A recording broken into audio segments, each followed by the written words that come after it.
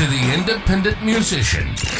Our weekly podcast will focus on the independent artist and the music market at large. You'll hear from those artists as well as music execs, tech experts, and marketing leaders from around the globe. We'll discuss what it takes to make it in the biz and how you can overcome obstacles as you progress your craft, all the while making it interesting and fun. Now, here's your host, Mark Skoda. This is Mark Skoda with The Independent Musician, and we have online with us Joshua Jensen. He is a singer-songwriter based in Salt Lake, Utah, the lovely state of Utah. Joshua, welcome to the show. Thank you so much for having me. You probably get JJ a lot, don't you? I do. Actually, in elementary school, everyone used to call me JJ the jet plane. Oh, that's too funny. Well, appreciate you joining us tonight, and obviously we very much want to hear about your experience. Let's kick it off. First of all, I'd like to get some background on you. You are a singer-songwriter. How long have you been practicing your craft, and when did you sort of get interested in music? Since I was a little kid, really. I started taking piano lessons, and I never took voice lessons as a kid, but I always wanted to. Something that was really hard for me was just hearing what my brother in particular had to say about my voice when I was a kid. It really affected me. But as I've gotten older, I started taking voice lessons and have loved it. I haven't been taking them as of late. I've been trying to focus on creating original music right now. Have you always lived in Salt Lake? Is that home originally? Grow up there. Great. Born and raised. I mean, I've traveled places. It's very interesting. First of all, as you sort of start off, one of the things that I always talk to people about is where their inspiration for their music came from. And secondly, you know, what kind of support structure they've had, because a lot of folks have made it in spite of their family, their parental relationships. Obviously, you took piano when you're younger, much like I did when I was a kid. In fact, I learned the classic style of piano. Nobody ever wanted to have me sit down today and play the Grieg Concerto. But obviously, you had a challenge with your brother. Was he older or younger than you, or what was that relationship? Older. Yeah, he was older than me. So he basically wasn't very interested in what you were doing? No. No. And why was that? What was the fundamental issue? Just sort of jealousy, or just really didn't think you should be singing? You know, we've talked about it as we've gotten older and made peace with it. He told me, I mean, as a kid, obviously, we all have, like, the insecurities that we have are all amplified. He told me that he really took out his insecurities on me, and now he's so supportive of my music. Like, he loves what I'm doing. He contributed to my crowdfunding campaign that I did for this single that I'm just coming out with. Mm-hmm. So yeah, I mean, my family has been super supportive, and I think it's come as kind of a shock to them that this is like what I want to do in my life. Because I guess I come from like a very conservative family, and they see this as something that is risky maybe, or not worth your time, or like a money pit. But, well, first of all, the first and the last are all true. It's a risky career. It's a challenge, but it is a career out of love and caring about the music. And yes, it can be a money pit if you don't do a lot of things right. Yes. We talk about that all the time here on The Independent Musician. We talk about channels. We talk about relationships. Finding those 100 or 1,000 super fans that, as I say, will pay you $100 a year for your merchandise, your tickets, or support some of your music, or as you talked about, a crowdfunding program. You talk about being a conservative family. One of the things when I was looking at your bio, you've obviously done some work with people with religious trauma, mental illness, drug abuse, etc. I'm wondering, and without trying to be too direct, you're in Utah. Yeah. Are you affiliated with the church there, Latter-day Saints? I am not. I actually grew up in it, though. I removed myself from the church when I was 19. And a lot of that is because, I mean, they're very conservative about these things in particular, right? I mean, entertainment may and could be seen as sort of not in alignment with sort of those values. Am I correct in that assumption? Absolutely. It's very much so taught that, I mean, entertainment in general is of the world. Mm-hmm, and right. We, not me, I'm speaking as the church, we as the Church of Jesus Christ are separate from the world is the way that they look at it. Yeah, it's I can understand certainly as someone growing up in a conservative household and in a conservative church, and I recognize some of the challenges there, because here you are.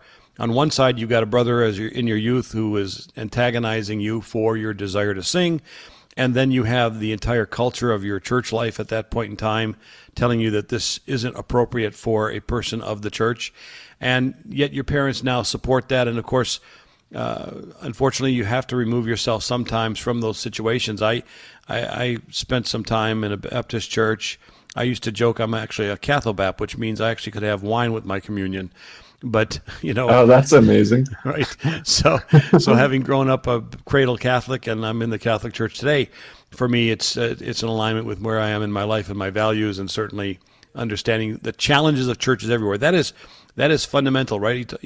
We talk about religiosity, and it has an impact on what we do as human beings, but it also impacts the rest of our lives in terms of perhaps pursuits of interest, right? In this case, music.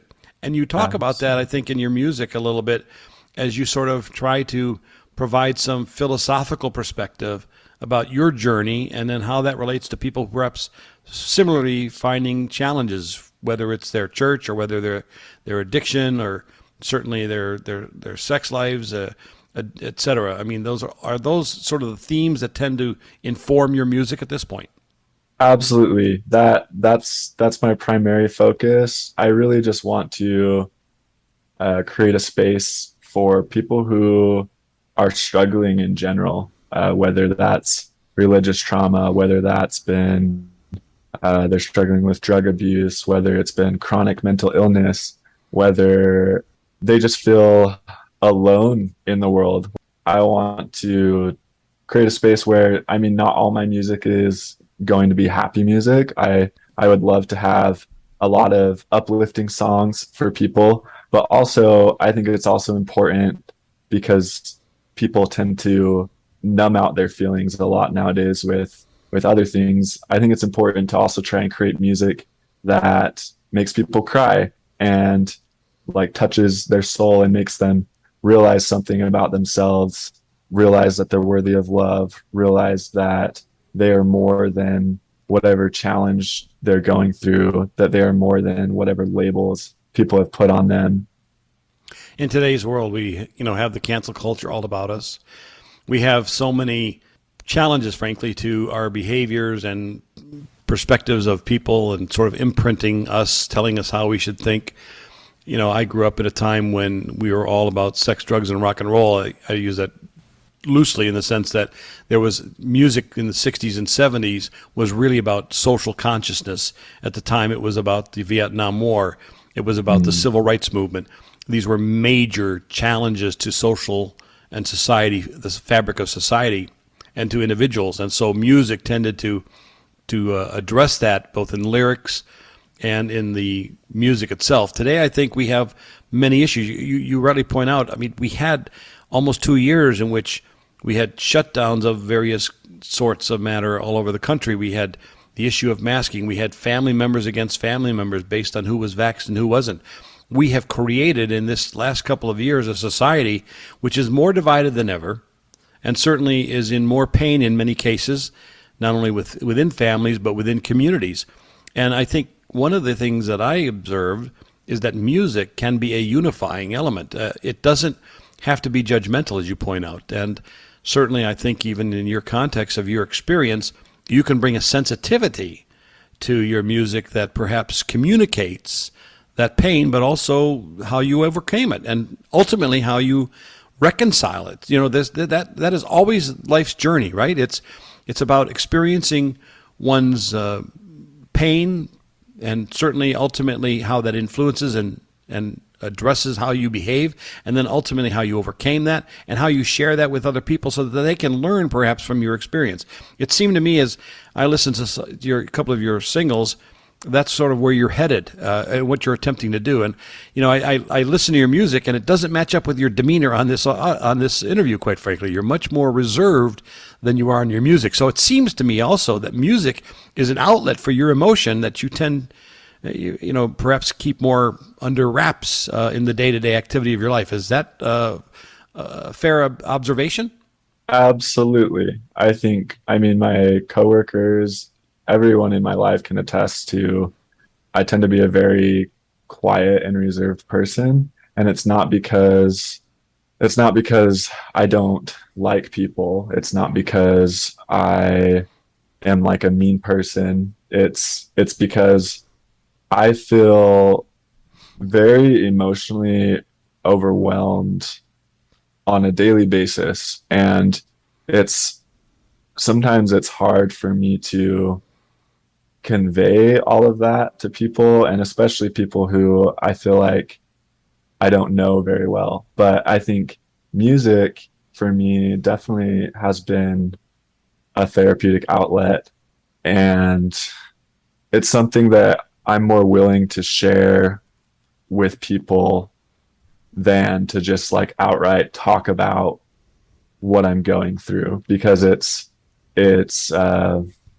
I tend to be I tend to like to write things out before I have conversations sometimes, because I want to convey the right message. And that's me being obsessive, and that's something that I can work on. I think music is a beautiful thing because you are creating something that kind of captures, like you have 2-3 minutes, however long your song is, to capture whatever feeling you are trying to convey to someone else and help them feel it too. And just like what I want for my music is for everyone to just feel more empathy for each other, because I think that, I mean, that's really what would make the world a much better place, is if we could all just try and step into the shoes of other people. I mean, it's something that I know I'm not perfect at, and it's something that I try to work at every day. I get tunnel vision sometimes where all I can think about is like this one thing, and I forget about like what everyone else is experiencing, and that, like, I'm not the only one who's struggling, and there's ways that I can help other people. And I mean, if music is the way for me to do that, like I would love that. I would be honored to be able to help people through doing something that I love so much, and something that's also like super helpful for me to process things. And so in one sense, I listened to your single that you have out on Spotify right now, which is Elevate. And it's a very melancholy sounding, but very cool sounding song. So a couple of questions. What you're telling me, and I think I read it right from the beginning when I looked at your bio and listened to the music, your music tends to be the foil by which you put in front of people the person that you are or want to be, or the issues you want to deal with. You seem, certainly as you stated, not comfortable in speaking about those directly, but your music allows you to communicate those feelings more directly without exposing you fully to everyone's viewpoints. And in that sense, I think it's positive. On the other hand, somebody like you, whose music may not be widely accepted perhaps, could be challenged, right? I mean, if you don't have a faith and confidence in what you're doing, recognizing that music, I mean, Spotify gets 60,000 songs every single day. You're just one of 60,000. And so, as much as I talk to artists who want to be all over the world, there is the impact. And as I like to tell my son, who's in a band, I don't care if there's one person or 100 people in a place that you're entertaining. If there's only one person, sing to them, perform to them as if they're the most important person in the world, because you never know how your music will influence that person at that moment in time. And so you have to take solace, and frankly, you have to take joy in that relationship between your fans and your music and your craft. And as you point out, writing your music is interesting to you because it allows you to contemplate the things you want to say without saying them directly before they're misunderstood. Am I right? absolutely nailed it on the head. So let me ask, because one of the interesting things about that, as you sort of crafted this music, are you using, or other people on the instruments, are you doing it all yourself? Are you using various tools to craft your music? What are you doing in terms of production? And I know that you said you had some production experience before we talked. Right. So for this song, I worked with a producer named Zach Alwyn, and he helped me. He was awesome. Like, I definitely will be working with him in the future. So he actually helped me craft the lyrics by asking me very specific questions about what I want this song to be about. Like, he asked me like, I don't know, like 10, 20 questions, which was, I had offers from like 10 other producers to work on this song, but he was by far like seemed to be the most invested in like creating something that I could really relate with myself, and it's not just like a song that I think is cool and I'm just going to throw out there. Well, that's right. I mean, first of all, music is about originality, and it should be an insight into the performer. I always say that you'll never get anywhere unless you expose yourself in the emotional sense through your music, because people know when you're real and they know when you're fake. And Yes. most people respond to someone who is willing to give a part of themselves, show a little bit more than they might otherwise in daily life, but it has to be real, it has to be original. And in that sense, I think people respond generally very well to music. They respond very well to performers. They can always spot the fake. They can always spot the fake words and the fake music. It's apparent in anything that's being done in the music business, and most fans, most listeners can pick up on that relatively quickly.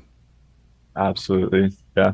So as you sit there in Salt Lake, have you done any performance yet? What's your objective? You're going to release this next song, which you've been working on. Do you have a series of songs, an EP? Where are you going with your music at this point?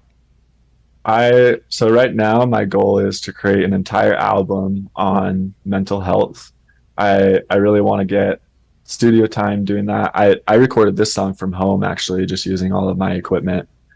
So not necessarily studio time, but I want to crowd raise more funds so that I can finish this album. And I really want to I think I'm going to work primarily with Zach Alwyn, actually, Good. for this album. But yeah, that's my goal. And then once I finish this album, I would love to go out and like perform. And I don't have a ton of experience performing, to be honest.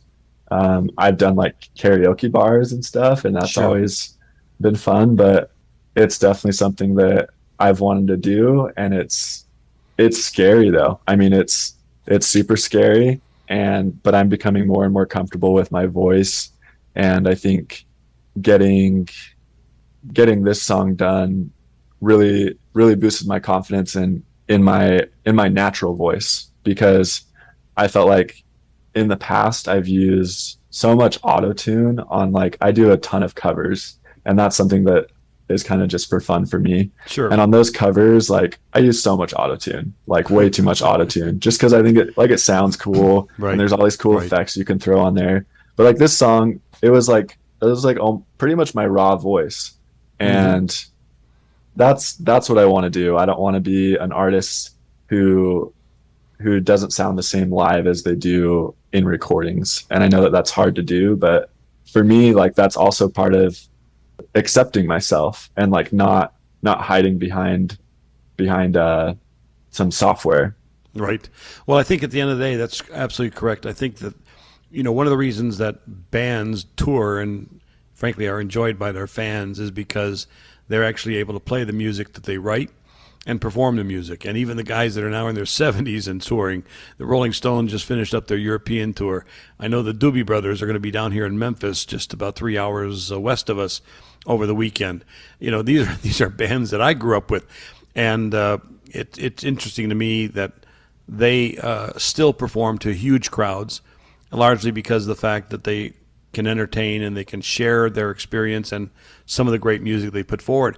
It's interesting about you, as I listen to you speak, you're not actually a traditional musician. You haven't come up sort of what I call the traditional track of knowing at that time, and whether you're 5 years old or 10 years old or 12 years old, that you wanted to be a singer, you wanted to be a songwriter, you wanted to develop this music.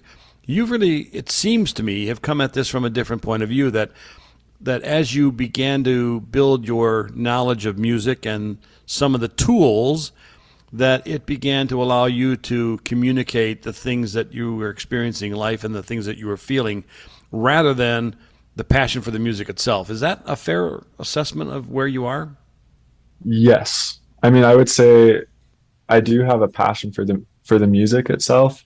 But yeah, Of course, that is what's led me to this point, definitely. Yeah, and I think that's an interesting journey because not everybody goes through that, right? Some guys just say, I'm a great guitar player and I'm a great singer, and let's go ahead and put a band together and let's write some music and have fun, right?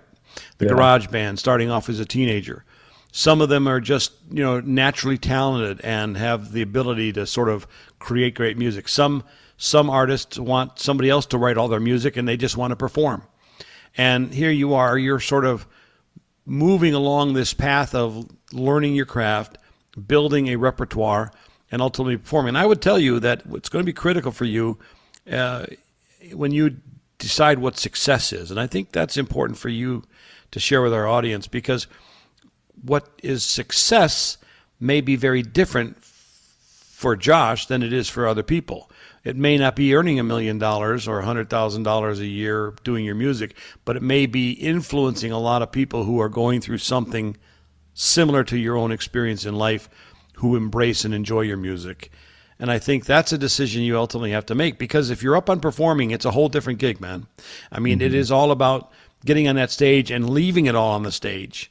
And it's not about sort of laying back. It really is about performing that music. And I would encourage you early on to make those kinds of decisions in your career here as you move forward, as you release your next series of songs, because you're really on a journey. You're on a journey of exploring yourself, exploring your music, and ultimately where that goes. Absolutely. I love that. And I think, from my perspective as well, music comes in all forms. There are people who just craft music because they are so passionate and just love it, and that's it. And they're there for the art. One of the things that I talk about a lot in this show is the fact that artists who want to make it, there's a lot of work involved. There is a lot of work in terms of the social media side, the ability to sort of communicate through visual media such as video, YouTube, Vimeo, the need to do things like this, a podcast. One of the reasons I think your agent contacted me was just on that basis, trying to get you out there and talk about what you're doing. And more importantly, for you to talk to your fans as you build those. Because all these tools are necessary to sort of influence the people that are interested in you and ultimately build a fan base that will support your music. On the other hand, it's perfectly okay, and I think this is something many artists don't understand, or many artists aren't satisfied with. It's perfectly fine to have that day job and then to enjoy your music as an element of who you are, while you're also sharing your life's experience in a way that other people can appreciate without expecting sort of to be on that main stage with the 1,000 people in the audience. Those are things that every artist has to make a decision around, and it becomes important as you sort of develop this craft, develop your voice, so to speak. Not when I talk about voice, not in the sense of quality. I'm talking about who you are, who Josh is, and who Josh is going to be communicating with his fans. Does that make sense? Yeah, that makes a lot of sense. What do you do for a day job then right now, Josh? I mean, you talked about you do work in the daytime. You have a job to actually pay the bills, right? Yep, I do. So I work at a tech company. It's a startup. It is called Aventry. I work as a event support specialist there, and I've been working there since February. So here you are. So it's interesting now. You sort of give me another insight. You're not so averse to taking a chance that you jump into a startup, and startups, particularly today, right, when we're faced with all this tumultuous economy and inflation and other challenges. So you are a risk taker, and you perhaps enjoy that more than you let on in our discussion here, because at the end of the day, jumping into a startup and then ultimately managing events, you're interacting with your colleagues, you're interacting with the client base. All of that is sort of the things that are necessary when you ultimately become somebody who wants to perform. No different. Those are the same skills. You just have to transfer those, you have to transfer that risk taking by going into a startup, transfer those relationships that you're doing. If you're creating an event, you can't simply just, it's not a piece of paper, right? It's not just jotting down a date.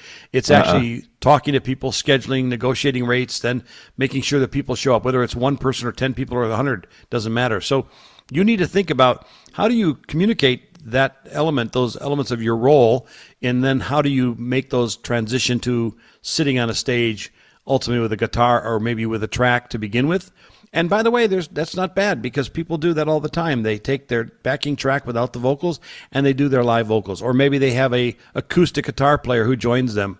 That's another thing I would always recommend to a lot of people. If you're just getting your feet wet with performance, having somebody up on stage with you helps, even if you have to pay them and you make tips. And then ultimately, at the end of the day, the most interesting point there is, if you're getting paid to be on stage, that's one validation. If you're getting tips when you're on stage, that's another validation. And you can get a sense of whether or not, this is going well for you, and what do you need to change, right? Or what do you need to do better? Or what are you doing that people really like? Those are all the things that an artist and a performer going through this life of being an entertainer, being a performer, being a singer-songwriter or a band is all about. And it takes time, and it takes a lot of time. It's a issue of perseverance and persistence, as I like to say. And in the end of the day, you have to make those judgments and never give up on it. I mean, I know you're reticent. It seems in your comments to me about, are you comfortable performing? What are they going to do? Shoot you? I mean, they might throw a Coke bottle at you occasionally if you're really bad, if you're in a place that's kind of got a lot of drunks. But the reality is they're not going to shoot you. They may not like you. They may just walk away, or they may not listen. But that's the worst that can happen. And I tell people this all the time. If you are afraid of falling or failing, then you probably shouldn't be doing this. Do something else. Yeah. Because more often than not, you may in the beginning fail or fall. And right. You may make mistakes. So don't worry about that. Just keep going at it and have fun. Okay, I will. What do you do besides music and obviously arranging events for a startup company? What do you do for fun? What are some of the personal things you're involved in, community-wise, et cetera? Community-wise, I love going to the library with my partner. We have a library close by to us that just got built, and it has the coolest stuff. Like, libraries are so cool nowadays. They have a studio there. Like, you can go and record music there. They have a green screen, so you can take cool pictures and videos there. They have 3D printers. They have like awesome books, really good movies. We get movies there. I love reading. I love going outside. I love hiking. Hiking is definitely therapy for me, and a way for me to connect to something that is greater than myself. All you have to do is go for a walk in the woods, and if you don't think there's a God, then you're not looking. Right. At the end of the day. And Salt Lake is beautiful, and you've got the mountains and everything else there. It's just a fantastic place. I don't get much snow down here in Nashville, but I grew up in Cleveland, Ohio, and we used to get 1, 2, 3 feet during the lake effect snow. It was a lot of fun, but it's not as much fun as when it's on the mountaintops. And that's a lot better experience, I can assure you. So you're at this point, you've reconciled obviously with your brother, your family's supportive, and you're often trying to build some of these additional pieces of music that you're passionate about in terms of your own life experience. Yes. Cool. What are the other challenges that you've had in life that you talk about? I mean, obviously I sense there's a brother issue, there was a church issue. What other issues have you had personally that perhaps influence your music? Probably the biggest one, and I think this is something that a lot of people can relate to, has been mental health. Since I removed myself from the LDS church, I really, that was when, everything changed. My life was flipped upside down. I didn't know what to believe anymore. I thought I had all the answers to life. It's a very, very structured religion that all your friends you meet through the church, all the people you date you meet through the church. So there's a social aspect, there's a existential aspect where this and this and this about God. That you are supposed to do this and this and this in order to get into heaven. That you are not supposed to do this and this and this, and it creates a lot of structure for you. And I think structure, for me at least, I need structure. I need that. And so it's definitely been a journey for me to try and find my own beliefs and kind of create my own rituals and things that work for me, and try and believe in something greater. But yeah, sorry, that's a tangent. mental That's all right. health, mental health though, not to get too personal. I've been hospitalized several times due to mental health issues. It's definitely been a huge challenge in my life, and I know it's a challenge in a lot of other people's lives Well, too. that's right. I mean, we saw that here with the pandemic. I mean, mental health issues right now are rampant in our children, the behaviors, adults as well, the lack of social continuity and even social contact. We see this all the time in terms of some of the shootings and some of the criminality we're now seeing. It is a tragedy what has occurred because of all this, and I think it's, our society has been, I would say, relatively poor at handling these issues. First of all, admitting that you have a mental health problem has always been seen as a negative. How could you possibly? You must be defective. And Right. secondly, when it's kept inside, it can brew and ultimately explode into something more violent, and we're seeing that every single day. Or worse, it can Right. deform the mental abilities of a human being, as in children who today are not learning, who are repeating class because they've been so isolated. I think, your point, even sharing your own story, I think that's important because, people have to also understand that they're not alone in this journey, that they're experiencing something that in your case you've experienced. And I think that what you've even done here on the show, just sharing that on a personal level, is very important because it is difficult for a lot of people to give up of themselves to share that kind of experience and say, you know what, I overcame it.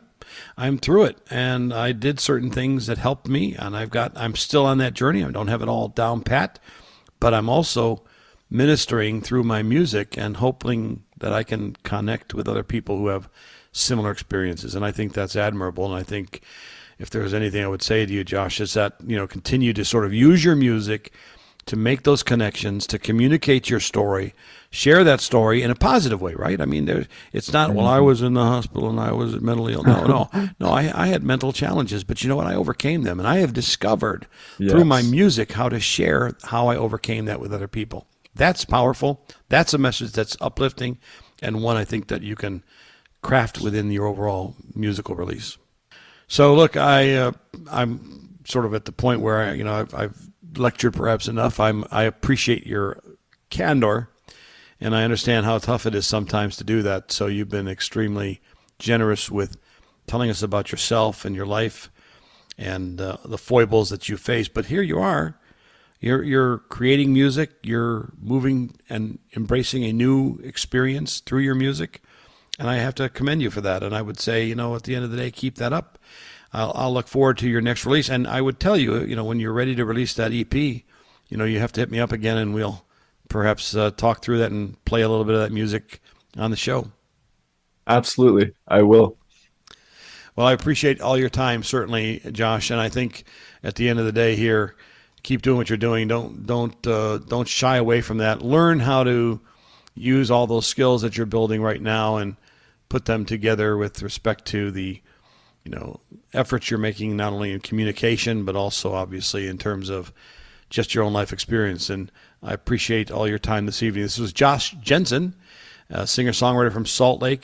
Check out his one single that is currently on Spotify, which is Elevate, and other streaming platforms. And he'll be releasing new music. What do you think? It'll be in the last quarter of the year? Hopefully, yes. Terrific. Josh, thank you so much for your time this evening. I very much appreciate it. This is Mark Skoda, and we'll catch you next week, folks. Thank you again. Thanks for joining us this week on The Independent Musician. Make sure to visit our website, IronGateRecordsRadio.com, where you can subscribe to the show on your favorite streaming platform so you'll never miss an episode. While you're at it, if you found value in this podcast, we'd appreciate you giving us feedback or simply tell a friend about the show. Be sure to tune in next week for a new episode of The Independent Musician, where the independent musician is the star.